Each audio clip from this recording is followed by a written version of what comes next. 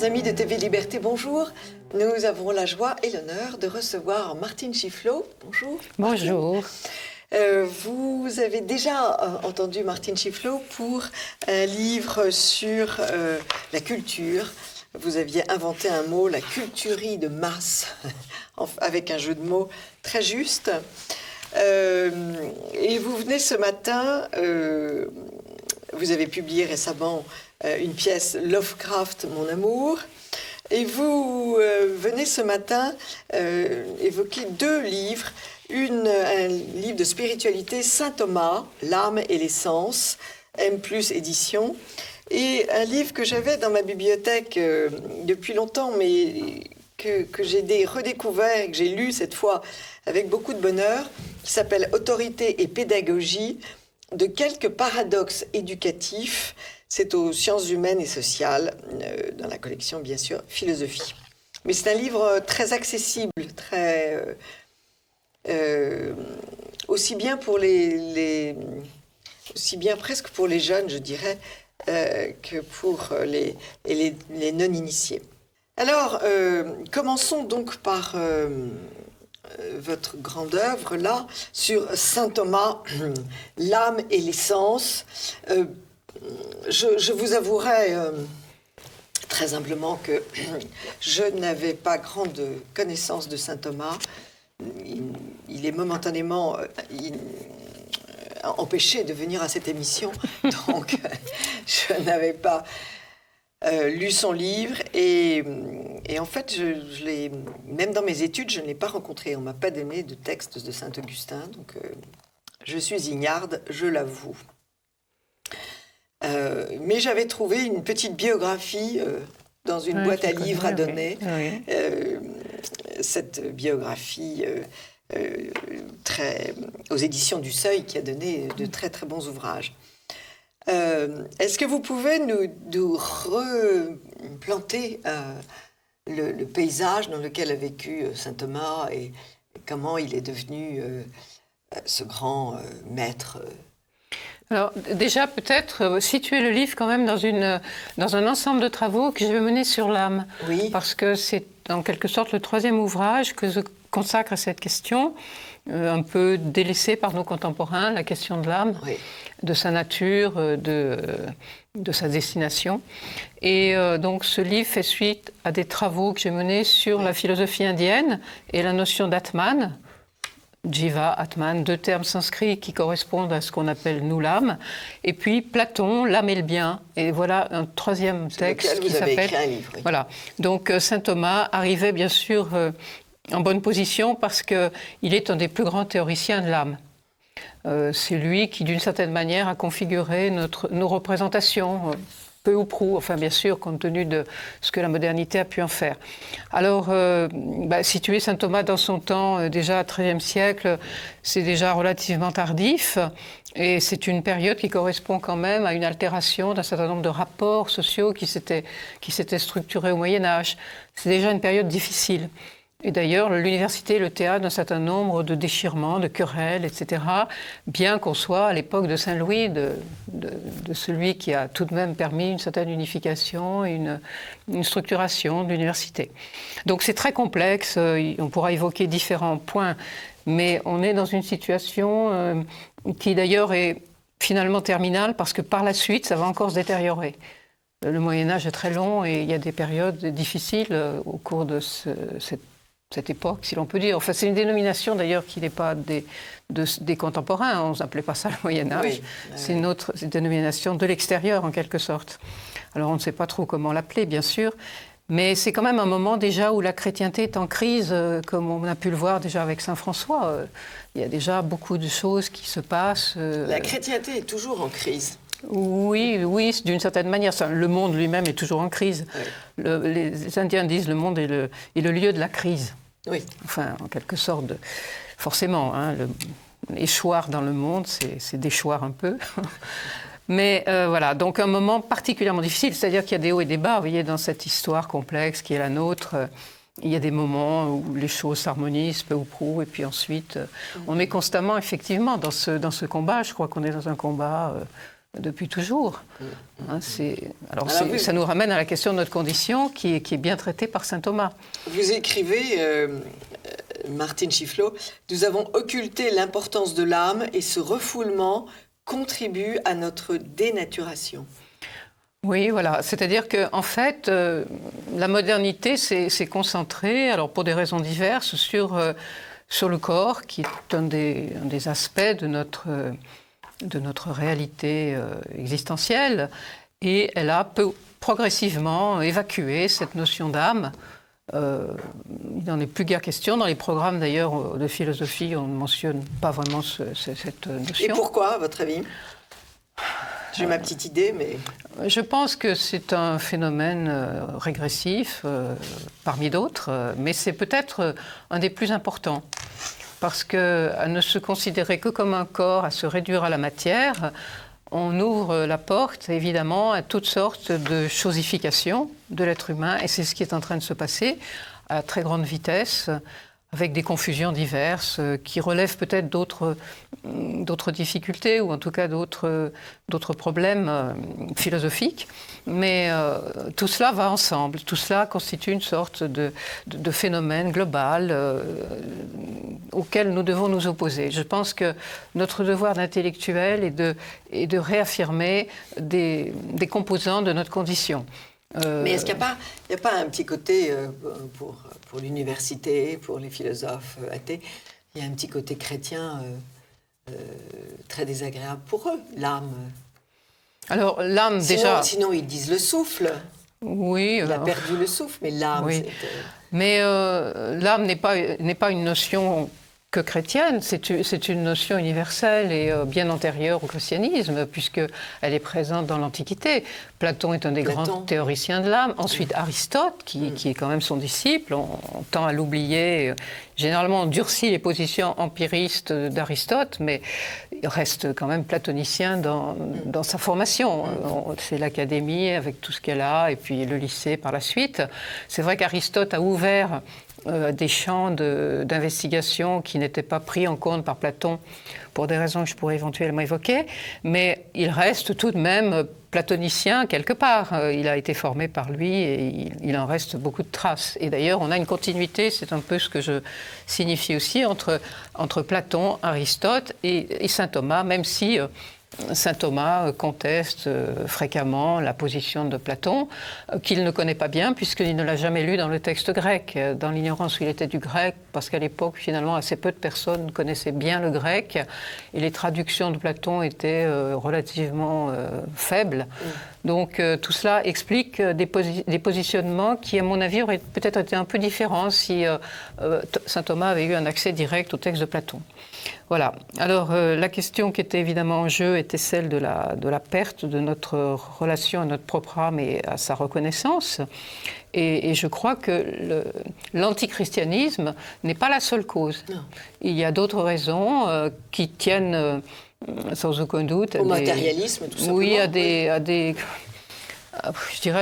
des tentations qui sont les nôtres, dans la mesure où nous sommes les jouets de force qui s'opposent, si je puis dire, une aspiration vers une direction de l'esprit, en direction d'une vie d'un autre ordre que la vie strictement biologique, et puis des aspirations, par la matière, entre l'inspiration et l'aspiration, il y a une sorte de conflit qui nous est évidemment fatal, parce que plus nous nous tournons vers la matière et plus nous nous tournons vers la dissolution et vers la mort. Qui peut s'entendre à différents niveaux, bien sûr. Le mot mort est lui aussi, comme beaucoup de termes, polysémique. Mais comme disait saint François, il y a deux sortes de morts. Il y a la première mort qui n'est pas si grave, puisqu'elle nous ouvre quand même à l'esprit et à l'immortalité. Et puis il y a l'autre, la seconde mort, qui est la perdition. Et nous avons perdu de vue la perdition. Nous avons perdu de vue la possibilité de nous perdre et de nous damner, d'éprouver alors des souffrances. L'idée même de la damnation. L'idée même de la damnation. Qui continue de hanter certaines cultures d'ailleurs et certaines religions. l'islam, par exemple, est très au fait de cette réalité. L'hindouisme aussi, non? L'hindouisme aussi, bien sûr, oui, bien sûr. Les enfers sont présents dans un très grand nombre de religions, pas seulement des religions monothéistes. Il y a même des évocations de cela dans le bouddhisme, d'une certaine manière, bien que le bouddhisme ait une position assez difficile à comprendre, eu égard à l'âme, puisqu'il en fait la négation. Oui, enfin... En tout cas, au moins en apparence. On ne va pas s'étendre là-dessus. Mais oui, le bouddhisme paraît et se déclare tout de même à la fois athée et négateur de ce qu'on appelle l'atman en sanskrit, donc de l'âme au sens très fort du terme. Alors, parce que l'atman, précisément, c'est le noyau immortel de notre être qui lui reste dans l'hindouisme, pour ainsi dire, identique au Brahman, au divin, dans sa forme la moins... Mais alors la moins anthropomorphique. Revenons à notre culture. Vous distinguez, vous dites il faut distinguer les purs esprits, les anges, des âmes humaines. Expliquez-nous cela. Alors ça, c'est la distinction qu'opère saint Thomas, puisqu'il existe, disons, trois sortes d'êtres au sens très large du terme. Bon, nous avons les êtres spirituels, purement spirituels, donc les anges, et ensuite les êtres humains qui ont une âme, les vivants, et puis bien sûr les êtres purement matériels. Donc l'esprit, la vie, la matière, trois degrés, trois niveaux, trois plans, enfin c'est difficile de trouver le terme exact pour désigner cela. Et ça, c'est la théologie chrétienne, c'est la théologie catholique. Elle le dit, et pas que saint Thomas qui le dit, bien sûr, mais saint Thomas l'a bien théorisé. Et les anges sont donc des êtres qui sont de pure substance intellectuelle. Ils ont donc accès à des vérités qui ne nous sont pas immédiatement accessibles. Et nous sommes un composé, nous sommes composés d'âme et de corps. L'âme étant le principe de la vie. L'âme est un principe de vitalité chez Aristote et chez saint Thomas. Donc, à partir du moment où il y a de la vie, il y a de l'âme, et il existe trois niveaux. Là encore, l'âme végétative, l'âme sensitive et l'âme intellectuelle, l'âme intellective. Donc, les plantes, les animaux ont une âme, puisqu'ils sont vivants. L'âme est principe de vie. D'ailleurs, on retrouve ça dans le mot animation. Pas de vie sans âme. Et d'une certaine manière, l'âme implique la vie. C'est-à-dire que, si vous voulez, les anges sont de pures intelligences, ils n'ont pas d'âme. Et le Christ, en tant dans la mesure où il épouse la condition humaine, où il s'incarne, il va récolter, si je puis dire, une âme. Il va se trouver doté d'une âme et d'un corps. C'est tout le mystère d'incarnation. Oui, d'accord. Et quels sont les principes de saint Thomas? Qu'est-ce qu'il dit à propos de cette âme? Qu'est-ce qu'il...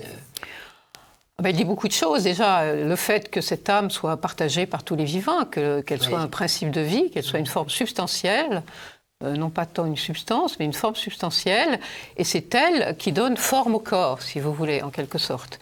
Donc, en toutes lettres, il affirme que, et ça c'est présent aussi d'une certaine manière chez Aristote, que l'âme est la forme du corps. Donc c'est elle qui, d'une certaine manière, vous voyez, le structure dans son essence, et il s'ensuit un composé d'âme et de corps. Donc on peut penser évidemment l'âme à deux niveaux, en tant qu'elle est ce principe, et ensuite en tant un deuxième niveau qu'elle est associée à un corps. Mais sa destination est de s'associer à ce corps. Vous voyez, il y a là quelque chose d'assez difficile à comprendre, parce qu'elle est à la fois principielle, et puis ensuite elle apparaît dans le composé. Donc nous n'avons pas accès au principe qu'elle est, d'une certaine manière. Vous voyez, je pense qu'il y a un travail intellectuel d'ordre métaphysique qui nous permet d'avoir des intuitions de ces réalités. Mais ce sont des intuitions extrêmement partielles, donc c'est difficile à penser, à comprendre. On en a quand même l'idée, on a la possibilité de le penser. Mais par contre, ce que nous vivons, nous, c'est notre association au corps, c'est l'union au corps, et précisément avec une attraction, sans aucun doute très forte, du côté du corps. vraisemblablement du fait de la sensorialité précisément. C'est pour ça que j'ai insisté sur ce lien au sens avec tous les sens que le mot sens peut prendre. Oui, alors éclairez-nous sur tous les sens que le mot sens peut prendre. Alors bien sûr, le mot sens en français est extrêmement polysémique, puisque le sens, c'est à la fois l'organe, la fonction, et puis c'est aussi, dans un autre sens, la direction et la signification. Donc évidemment, en choisissant ce terme, l'âme et le sens, j'abordais à toutes ces significations et ça me permettait tout de même d'accéder à différents aspects de la philosophie de saint Thomas.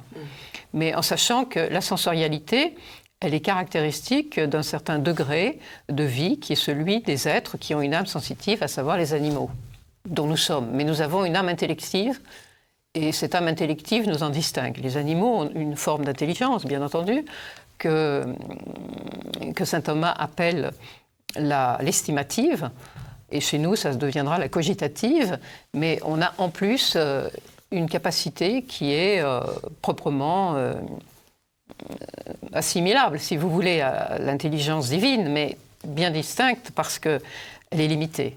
Nous avons un intellect agent et un intellect patient, un intellect récepteur, et un intellect qui va raisonner assez poussivement, avec toutes les difficultés qu'on connaît en mathématiques et en philosophie. Nous procédons en nous appuyant beaucoup sur ce que justement les sens nous livrent, et qui sont également relayés par l'imagination, qui pour saint Thomas est un sens interne, puisque saint Thomas distingue des sens externes et des sens internes, dont l'imagination fait partie. Vous voyez, il y a donc un découpage qui est extrêmement intéressant chez lui, qui donne à penser, bon, on peut l'agréer ou non, mais en tout cas, c'est une façon de voir notre vie sensitive et intellectuelle, et c'est ce que j'explique dans le livre assez abondamment, avec des citations, des exemples, etc. Et cela est quelquefois méconnu. Bon, les gens ne le savent pas, vous voyez, donc c'est intéressant d'accéder à cette pensée.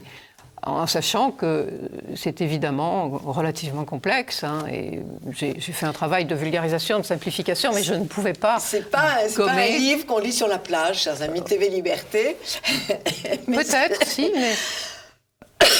bien ombragé, sur une plage bien ombragée, avec peut-être un stylo ou un crayon à papier pour souligner et y revenir. Mais comme tout livre de philosophie, ou en tout cas qui s'y rapporte...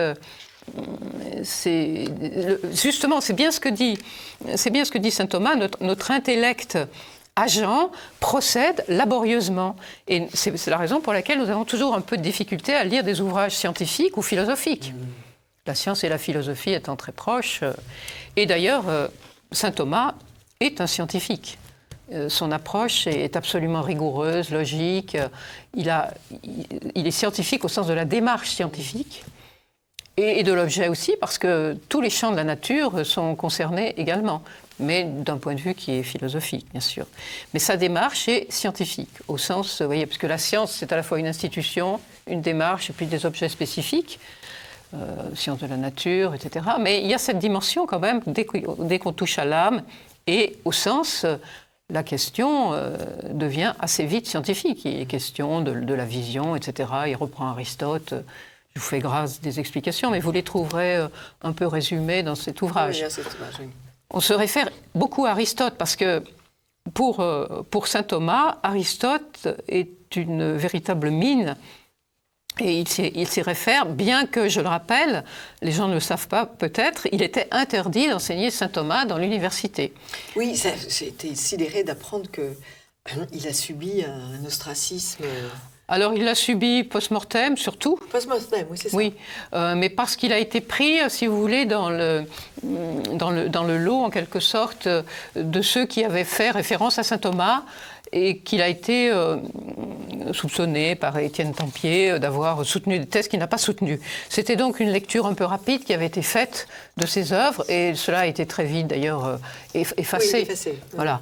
J'en parle assez abondamment dans l'ouvrage, je détaille, enfin, je donne aussi des références pour les gens qui voudraient approfondir ça sur le plan historique.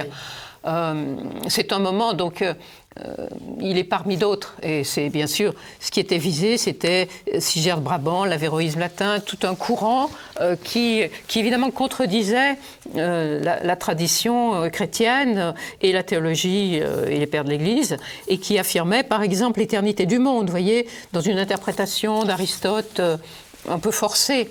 Bien sûr, l'éternité du monde, elle ne peut pas être agréée par une philosophie ou une théologie chrétienne. Le monde est créé, il n'est pas éternel. Voyez. Alors une interprétation du platonisme, à mon avis, fausse. En tout cas, bon, chacun peut évidemment voir les choses à sa façon, mais et peut-être aussi d'Aristote, l'éternité du monde. Non, chez Platon, il y a bien dans le Timée un démiurge qui crée le monde, et qui d'ailleurs le fait en s'inspirant de la beauté, puisque le monde est beau dans sa complémentarité, dans sa richesse, etc. Et là, ça rejoint beaucoup la Bible, en fait. Il y a des points, alors bien sûr, il y a beaucoup de différences, je n'ai pas du tout l'intention d'assimiler, d'aplatir tout cela, mais tout de même, il y a quand même une tradition dans la pensée, vous voyez, je pense qu'il y a des germes dans l'Antiquité de ces vérités qui, par la suite, se révéleront dans une tradition très différente, puisque c'est une tradition qui vient d'une autre contrée, qui vient du monde juif, etc., enfin des Hébreux, de tout cela, qu'on ne connaissait pas en Grèce à l'époque. Enfin, il y a quand même des circulations qui se faisaient d'une manière plus réduite. Enfin, je pense qu'il y avait des rapports. Il y a sans doute eu des échanges qui se sont faits, mais bon, tout ça est difficile à établir sur le plan historique. Oui. En tout cas, c'est un grand livre. Saint Thomas, l'âme et l'essence, M+ édition. Je pense que c'est un moyen de rencontrer Saint Thomas par cette question de l'âme, qui est une question urgente à mon avis, parce que nous devons retrouver une relation avec la profondeur de notre âme et sa réalité immortelle. Nous sommes immortels, mais alors c'est peut-être un avantage ou un inconvénient, mais nous ne sommes pas que des êtres de chair qui transitent. Nous avons en nous un noyau, en quelque sorte. Vous voyez, c'est cet Atman dont la philosophie indienne parle très bien. L'âme est toujours présente. Oui. Même après la mort. Oui, puisque après la mort, tout ce qui est en lien avec le composé corporel se retire. Alors, les sens sont involués, ils disparaissent, mais d'une certaine manière, alors c'est un point très délicat, mais ce qui reste essentiellement, c'est l'âme intellective. Donc la part profondément intellectuelle de notre être. Et c'est cette part que nous activons quand nous faisons de la philosophie, quand nous réfléchissons profondément, quand nous méditons, quand nous nous engageons, vous voyez, dans un type de travail. Oui, mais quand vous dites elle est éternelle, qu'est-ce que vous voulez dire par là ? Eh bien, comme elle n'est pas matérielle, si vous voulez, elle ne s'effondre pas avec le composé, qui, comme vous le savez, tout de même, c'est constatable. D'accord. Donc partout. On peut vivre avec l'âme de quelqu'un qui nous a quittés. Alors, le statut chez saint Thomas, Saint Thomas, oui. Après, bon, on peut penser d'autres choses, mais je crois que saint Thomas a en partie raison. En tout cas, pour saint Thomas, les morts sont ailleurs, si vous voulez. Ils sont bien entendu en suspens, parce qu'il faut que se déroule ils attendent la résurrection. À la fin du monde et tout cela. Oui. Bon, c'est encore un autre chapitre qu'il faudrait ouvrir, mais ils sont quand même présents et ils peuvent avoir une vie intellectuelle, si je puis dire, qui reste, oui. Donc l'âme intellective demeure. Alors après, bon, Dieu peut continuer d'envoyer des informations, par exemple. Vous voyez, il peut continuer d'alimenter à sa guise. Et c'est très intéressant d'aller encore plus loin avec saint Thomas, qui reconnaît la possibilité de communication, effectivement, mais très exceptionnelle avec les morts. Mais là, il faut des autorisations divines. Vous voyez, ça ne se passe pas, il n'y a pas des fantômes comme ça. Vous voyez, c'est assez complexe. Mais il n'y a pas de négation ni du rêve qui serait en quelque sorte annonciateur, ni des fantômes. C'est-à-dire il y a toute une part, vous voyez, de paranormal, si je puis dire, qui est d'une certaine manière agréée dans la théologie. Mais tout cela étant extrêmement rare et dans des limites qui sont celles que Dieu accorde. Voilà, parce que Dieu reste tout-puissant. Martine Schifflot, vous êtes très claire et c'est bien agréable.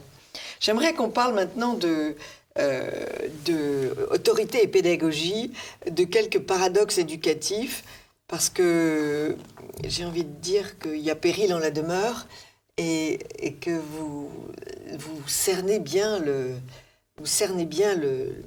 problème. Qu'est-ce qui se passe pour qu'on ait des classes aussi difficiles, pour qu'on ait... j'ai envie de dire, en dehors du problème de la mixité des classes avec des gens qui n'ont pas des enfants, des jeunes qui n'ont pas la même culture. Parce que ça, c'est un problème autre et c'est tellement clair que c'est tellement clair encore qu'ils peuvent rentrer dans votre schéma. Qu'est-ce qui s'est cassé dans cette pédagogie, dans ce rapport maître-élève Alors, bien entendu, c'est un rapport difficile. La question de l'éducation est une question qui a toujours été épineuse, si je puis dire. Pourquoi ? Parce que je cite très volontiers Platon qui dit « l'âme devient folle en entrant dans le corps ». C'est une façon de dire les choses. Mais il y a une force pulsionnelle chez l'enfant et puis chez l'adolescent qui fait que ça déborde en quelque sorte. Et l'éducation va canaliser cela, elle va orienter. L'éducation est une... Alors on trouve la question du sens, de l'orientation, de la direction qu'il faut donner.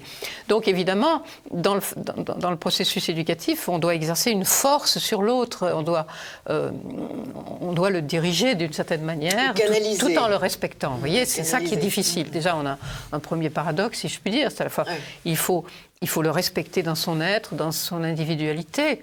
On ne sait pas qui il est en plus, vous voyez, on ne sait pas. Un enfant, vous voyez, il est riche de potentialités, il a sans doute quelque chose comme un destin, il y a sans doute quelque chose qui va se dérouler, encore qu'il soit libre. Mais voilà, et on ne sait pas, vous voyez, c'est la question de la profession, du choix de la profession d'ailleurs va être cruciale, hein, parce qu'on peut avoir un enfant qui fait un choix complètement fou par rapport à la tradition familiale, enfin, toutes ces questions qui sont difficiles. Donc on va exercer une force, et on doit en même temps respecter la personne, vous voyez, c'est donc tout l'art de l'éducation, c'est un art, donc comme tout art, on n'a pas de règles, on ne peut pas appliquer quelque chose, et les erreurs évidemment viennent quand on croit qu'on a une doctrine et qu'on va l'appliquer sans tenir compte. Mais c'est justement ce qui est le problème aujourd'hui. Alors c'est un peu le problème aujourd'hui. C'est une espèce de scientification, voilà. scientisation, je sais pas comment il s'est produit ce phénomène-là qui partait de bonnes intentions et qui a pu être en réaction avec des formes quelquefois oppressives de l'éducation ou quelquefois même extrêmement violentes, puisque les enfants pouvaient être violentés, frappés, maltraités, etc. Il y a eu de la violence exercée sur les enfants. On est quand même passé d'un excès à un autre. Voilà, mais à diverses époques, si vous voulez. Là, il faudrait refaire l'histoire et retrouver les moments, etc., etc. Des châtiments corporels terribles, des enfants immobilisés. Donc, il y a eu des réactions par rapport à ça, mais malheureusement, l'enfer est pavé de bonnes intentions. Et cela tourne mal, et cela s'inverse effectivement. C'est-à-dire qu'on passe un peu d'un extrême à l'autre. Et maintenant, c'est le professeur qui est maltraité. Voilà, maintenant, c'est le professeur qui est maltraité. Donc, la question, précisément... Et salement maltraité, puisqu'il reçoit des trucs à la figure. Oui, tué aussi, tué. Jusqu'au meurtre, et du coup, il n'y a plus de processus éducatif ou instructif, plutôt. Non. Parce que, en toute rigueur, l'éducation, elle est quand même faite surtout par les parents. L'école n'a pas... Autre problème, parce qu'il y a beaucoup de parents qui ne font plus ce travail. En principe, si vous voulez, l'enfant arrive à l'école, il a déjà reçu les premiers éléments d'une éducation. Qui est fournie par la famille ou par je ne sais quoi, enfin une institution, parce que bien entendu dans l'histoire on avait des familles élargies ou restreintes, enfin la famille s'est beaucoup réduite, ce qui d'ailleurs ne simplifie pas les choses, parce que le fait qu'il y ait plusieurs personnes dans la famille, qu'on ait des liens multiples, permet à l'enfant de mieux comprendre les interdits, parce qu'il faut des interdits, bien entendu. Non, c'est vrai, voilà. Il faut des interdits. À commencer par l'interdit de l'inceste, que la psychanalyse a bien su souligner quand même. À commencer par ce grand interdit qui est structurant et qu'on est en train d'évacuer. Or, c'est un interdit qui nous fait accéder précisément à notre adultité et qui doit venir par la parole, parce que c'est justement dans le dire que ça se passe. C'est pour ça que la violence n'est pas de mise, mais c'est une parole forte qui doit s'exercer. C'est dans le symbole. Et ça, tout de même, on l'a beaucoup dit, y compris dans les années 60, qui pourtant ont été le théâtre de pas mal de... Mais c'était quelquefois mal compris, la parole doit suffire. La parole, le regard, l'enfant est resitué, recadré, etc. Et du coup, il n'y a pas de violence, si vous voulez. Encore faudrait-il que l'enseignant soit persuadé de cela. Et le problème, c'est qu'il y a maintenant une telle variété d'esprit chez les enseignants qu'il n'y a même plus un corpus à transmettre, si je puis dire. À partir du moment où on a des directeurs d'école des directeurs d'école élitistes, j'ai nommé Sciences Po, qui se permettent des comportements et qui peuvent se le permettre pendant des trentaines d'années, avec le soutien de l'entourage, des autorités et tout, on est en plein... Alors beaucoup de gens ne le savaient pas, bien sûr, c'est-à-dire que si vous voulez, vous avez cet aspect qui, à mon avis, est la même chose, mais c'est une figure que ça prend, parce qu'à partir du moment où, effectivement, les interdits sont mis à mal, alors on ne peut plus structurer les choses et on va se permettre de toutes les transgressions. Et ce premier interdit, il est à réaffirmer, et il est à... Comme l'avait très bien dit la psychanalyse, je crois que c'était un des apports de la psychanalyse d'avoir souligné cela. Il s'étend évidemment dans toutes les situations où il y a un sujet supposé savoir qui va avoir du pouvoir sur les autres et qui va pouvoir les séduire. Donc alors un professeur, vous voyez, professeur, un médecin, quelqu'un en face de qui nous situons dans une sorte d'infériorité parce qu'il est censé savoir. Oui, alors ça contredit aussi la sacro-sainte égalité.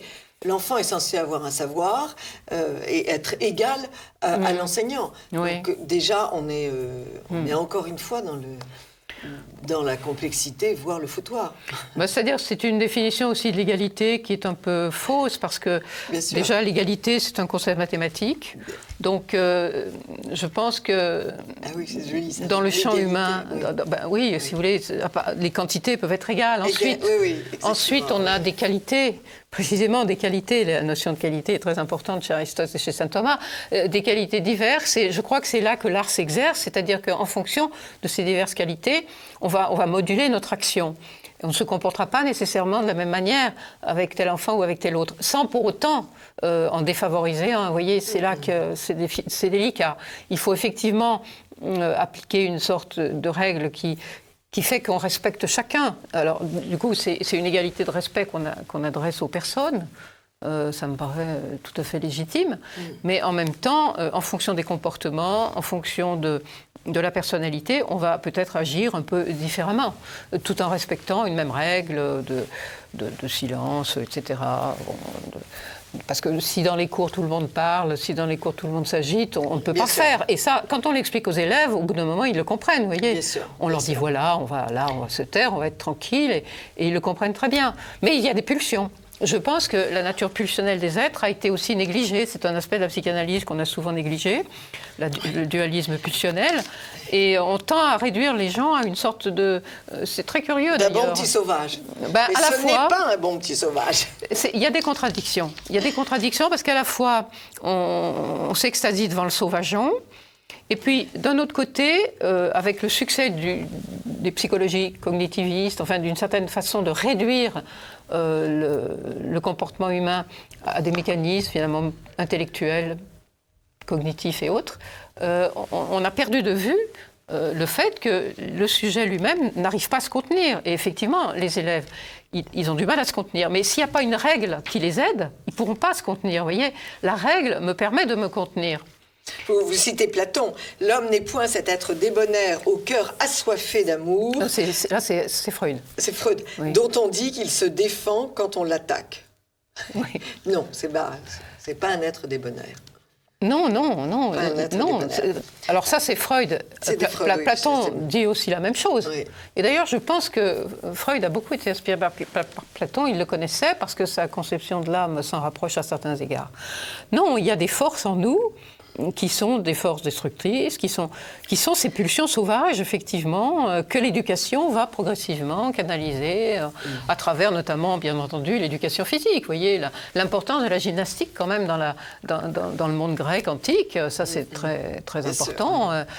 Alors, sauf que quand la gymnastique devient l'essentiel de l'enseignement au détriment du calcul, de la grammaire et de l'orthographe, il y a un petit problème aussi. Mais tout dépend de ce que la société veut aussi, enfin des fonctions qu'on va donner aux êtres. Absolument. Parce que c'est vrai que dans la société grecque, c'était très important, parce qu'il y avait souvent des guerres, on formait quand même beaucoup de militaires, donc la gymnastique qui permettait d'avoir un corps résistant. Oui, mais là, c'est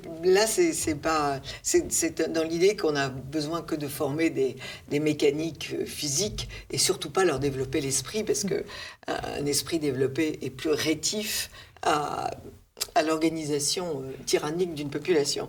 Ce qui est très intéressant, c'est votre triangle dit pédagogique, avec 3 côtés qui symbolisent 3 rapports ou relations. Celle de l'enseignant au savoir, celle de l'enseignant à l'enseigner et celle de l'enseigné au savoir. Expliquez-nous ça, parce que ça me paraît très clair, et du bon déroulement de ces relations, en fait, dépend la sérénité et le bénéfice de l'enfant. Alors bien sûr, je ne suis pas l'auteur de ce triangle pédagogique, ou quelquefois dit triangle didactique, qui fait partie depuis très très longtemps de ce qui circule en pédagogie. Mais quelquefois, une interprétation a été faite qui allait dans le sens d'une inactivation d'un des pans et au profit d'un autre. Alors je pense qu'il faut activer constamment, précisément, ces différents pans, à la fois la relation au savoir, la relation de l'élève à ses propres connaissances qu'il a quelquefois par sa famille, par ailleurs, par ses propres investigations, etc. Et puis bien entendu, la relation personnelle entre 2 êtres qui se rencontrent, mais qui doit toujours être médiatisée par l'institution. Et c'est là que, précisément, l'interdit oedipien, bien sûr, entre en œuvre, mais aussi cette référence est ce qui introduira un 4e terme à une institution qui est l'institution scolaire. Et vous allez très loin, vous parlez d'amour, vous dites que le professeur doit aimer son élève. Et ça... Oui, mais alors là, pas d'ambiguïté. Non, pas d'ambiguïté, bien évidemment, il ne s'agit pas de Madame Macron et de son élève, mais il s'agit chaque professeur doit essayer de regarder l'enfant en face de lui, même s'il est complètement renfrogné, avec la frange devant les yeux pour ne pas être vu, avec un comportement réactif. Il doit essayer d'aimer son élève. Voilà, et ça, j'avoue que ça doit être très difficile. Enfin, moi, j'ai enseigné pendant 5 ans et j'ai pas eu de problème parce que j'aimais les enfants et que j'essayais à chaque fois de découvrir ce que ce petit être en face de moi pouvait avoir de compliqué, d'opposition. Mais j'ai l'impression que c'est de plus en plus difficile pour un certain nombre de profs de chercher ça. Est-ce que c'est parce que tout simplement la philiae, comme disent les Grecs, a disparu de notre cité? C'est-à-dire la philiae, c'est-à-dire l'amour? C'est évidemment un amour de principe, si je puis dire, et j'ai rapproché d'ailleurs du commandement d'amour du christianisme. Oui, mais c'est une attention, on peut l'appeler attention. Alors, certains professeurs, comme vous l'évoquez, l'ont d'une manière naturelle, en quelque sorte, si je puis dire. Hein. Spontanément, en tout cas. Ils ont ce regard, cette attention portée effectivement... Ne serait-ce qu'une curiosité, c'est de l'ordre même de la curiosité. Cette attention... Savoir qui on a en face de soi. Mais je pense que c'est un peu plus que de la curiosité, c'est une considération positive. Oui. L'amour, c'est une considération positive. Oui. Et ici, inconditionnel, quel que soit l'élève. Et précisément, c'est sur ce fond d'amour qui constitue largement la relation pédagogique qu'on va pouvoir... opposer à l'élève des règles, etc. Si on ne l'aimait pas, il ne le supporterait pas. Non. Mais comme il y a ce fond, et cet intérêt qu'on lui porte réellement, l'élève va le supporter parce qu'il sent bien qu'il y va de son intérêt, au fond. Il le sent, les élèves le sentent. Mais en aucun cas, si vous voulez, cet amour n'est une faiblesse ou une séduction, etc. Vous voyez, c'est donc une sorte de commandement, en quelque sorte. Alors, ceux qui l'ont spontanément, ma foi, peut-être pas grand-chose à leur dire, si ce n'est que, précisément, il ne s'agit surtout pas de tomber dans la confusion. Non. Vous voyez, et de privilégier tel ou tel élève, parce que c'est absolument là, il y a une sorte d'égalité. Cet amour s'adresse à tous. Et à la classe aussi. Parce que je pense que ce qui est très important, c'est de considérer la classe dans son ensemble, vous voyez. Et c'est ça qui est aussi très structurant. Il y a les deux, l'individu et la classe. Mais la classe nous aide beaucoup, parce que nous ne sommes jamais dans une relation qui n'est qu'individuelle. Bien sûr. Elle l'est aussi, mais toujours la classe et puis, bien sûr, l'institution. Elle l'est aussi, puis elle l'est forcément, parce que l'enfant recherche une relation individuelle. Oui, mais... L'enfant veut être compris, lui, tout seul. Alors, l'enfant, c'est un petit peu comme ce qui se passe dans l'Oedipe. Si vous voulez, l'enfant va jouer, il va essayer de tirer, pas toujours, mais assez souvent quand même, l'enseignant à lui. Oui. Et il va peut-être entrer dans des processus de séduction. Il va peut-être jouer une carte, vous voyez, oui, mais ambiguë. c'est une façon de rentrer en contact avec lui. Et de toute façon, on doit jouer ce jeu-là un petit peu.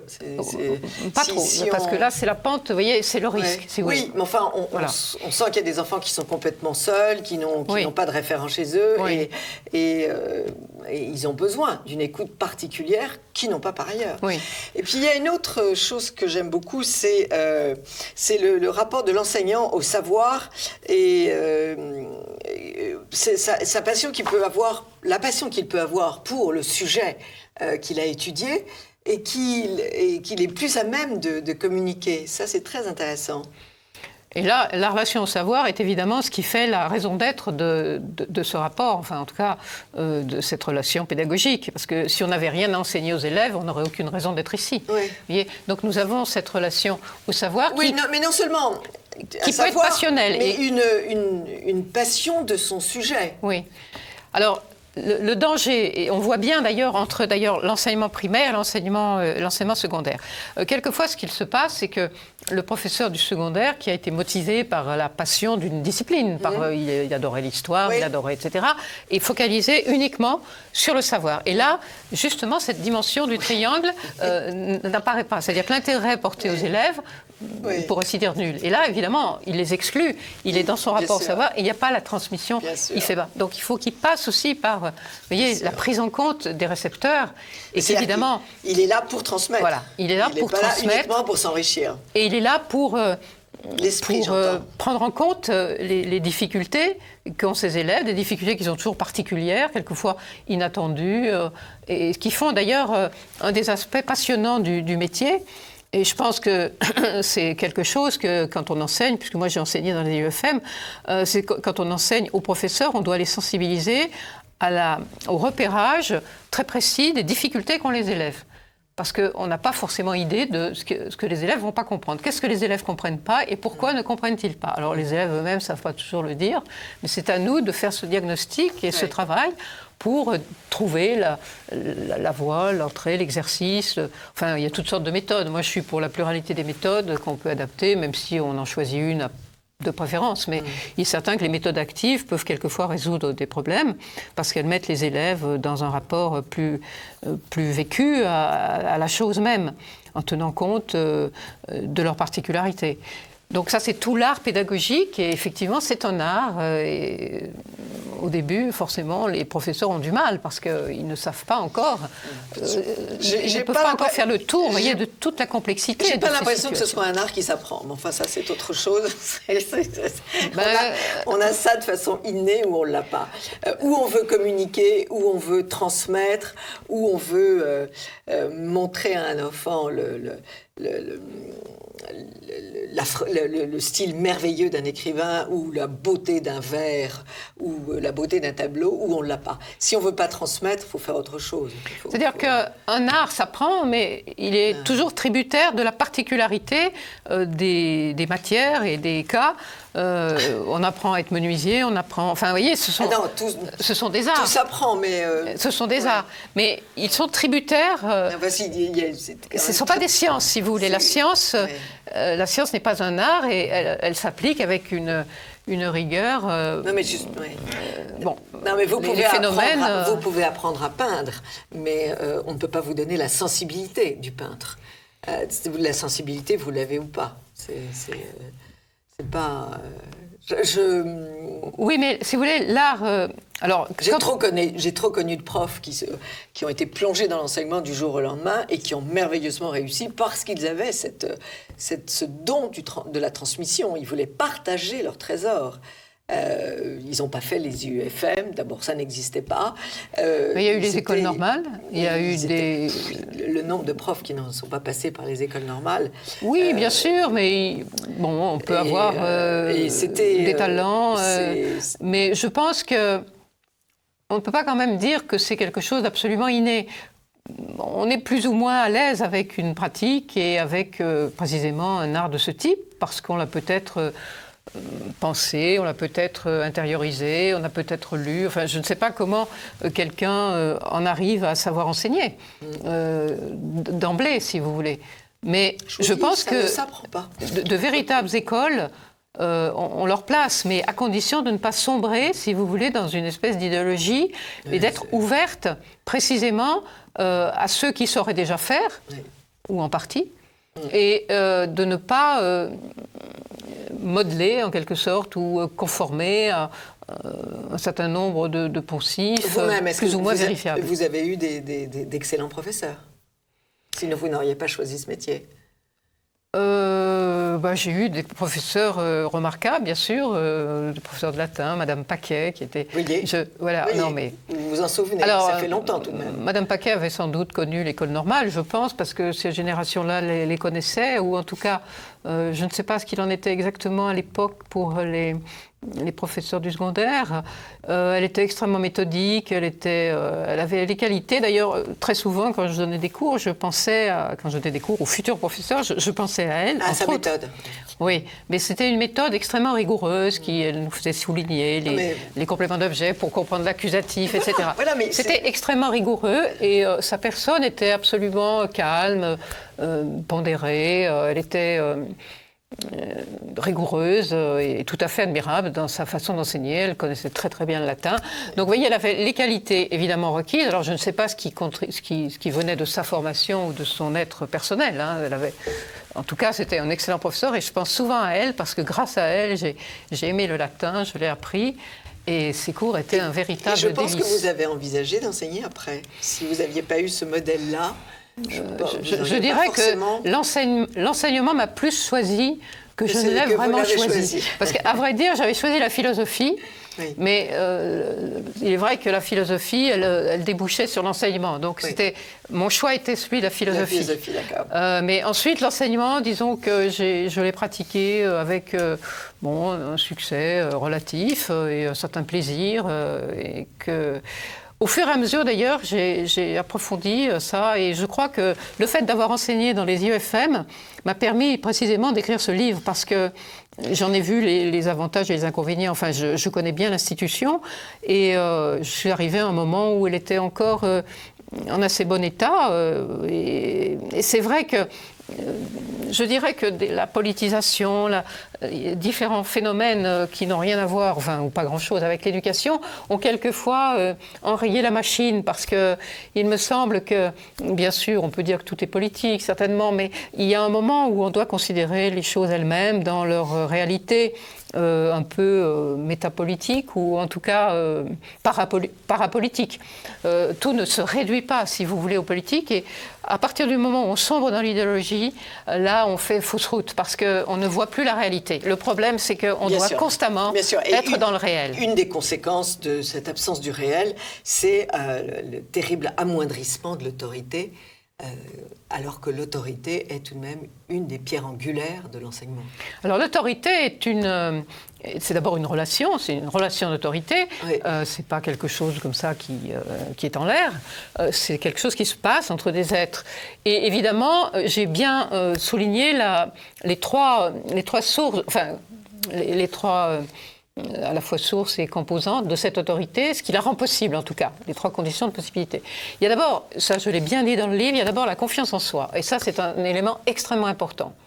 C'est un élément extrêmement important parce que la classe, elle sent la faiblesse au premier... La classe est une sorte d'organisme, elle sent les choses. De même que le truand sent le type qui a peur, oui, parce que l'enfant sent... Et finalement, nous avons des moyens de sentir les autres.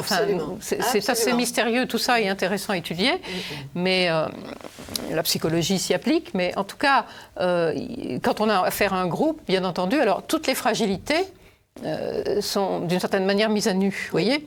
Bon, c'est pas le plus grave, ça, je dirais, mais tout de même, ça joue. Oui. Je parle de la vraie confiance en soi, vous voyez, et qui souvent va s'alimenter, évidemment, se nourrir de notre connaissance de l'objet. Quand nous sommes savants, j'ose employer ce mot qui peut être à la mode, quand nous sommes savants, nous connaissons bien notre sujet, nous sommes à l'aise avec lui. Et donc, du coup, c'est une fragilité de moins. Vous voyez, d'où l'importance de la formation eu égard à la discipline. Ne pas négliger la discipline. Après cette confiance... Alors après cette confiance, il vient ce que j'appellerais le discours politique, ce qui se dit de l'autorité. Qu'est-ce que l'autorité politique dit, par exemple, de l'autorité de l'enseignant?